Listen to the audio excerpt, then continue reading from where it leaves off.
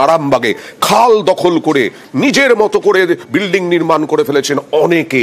মুন্ডেশ্বরী নদীর খাল, সেই খালের ওপরে কংক্রিটের পিলার, বড় বড় বিল্ডিং করে ব্যবসা।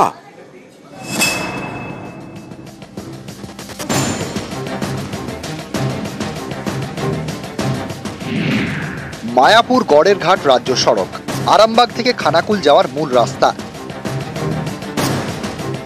এই রাস্তা দুপাশ দিয়ে বয়ে গেছে মুন্ডেশ্বরীর শাখা খাল। এই খালই ক্রমে বুজে যাওয়ার আশঙ্কা, সৌজন্যে একের পর এক বেআইনি নির্মাণ। আরামবাগের আরান্ডি এক পঞ্চায়েতের সামতা, চুনাইট, বলাইচক সহ একাধিক জায়গায় খালের বুকে পিলার তুলে স্থায়ী নির্মাণ, বড় বড় ঘর বানিয়ে চুটিয়ে ব্যবসা, পোল্ট্রি ফার্ম থেকে মার্কেট। অভিযোগ, এসবের জেরে দিনে দিনে সংকীর্ণ হয়ে পড়েছে খাল। এতেই প্রমাদ গুনছেন স্থানীয়রা, নিকাশি নিয়ে শঙ্কা। বন্যার যে জলটা নিকাশি হওয়ার প্রচন্ড অসুবিধা, আমরা পঞ্চায়েতকে জানানোর পরিপ্রেক্ষিতে পঞ্চায়েত স্টেপ নিয়েছে, ওপর মহলে জানিয়েছে, তাতে করে কাজ বন্ধ রেখেছে। যাদের যে নির্মাণ হচ্ছিল সেসব বন্ধ আছে। অসুবিধা হচ্ছে বলতে একদম তো খালে একদম নিচু থেকে করছে, জল কাটার কোনো নিকাশি থাকছে না।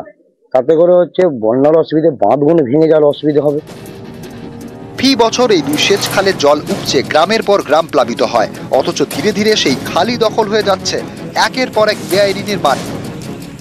ক্ষতির আশঙ্কা বলতে জল নিকাশি কিছুটা স্বাভাবিক জল নিকাশি হবে না, এবং পাশে যে ফসলগুলো আছে চেহার জমি, সেগুলো ডুবে গিয়ে ফসল নষ্ট হয়ে যাওয়ার সম্ভাবনা আছে। যে আমরা পঞ্চায়েতের দৃষ্টি আকর্ষণ করেছি, পঞ্চায়েতও বিষয়টা পজিটিভ নিয়ে সরকারের যে সমস্ত জায়গায় বলার দরকার আছে নিশ্চয়ই বলেছে।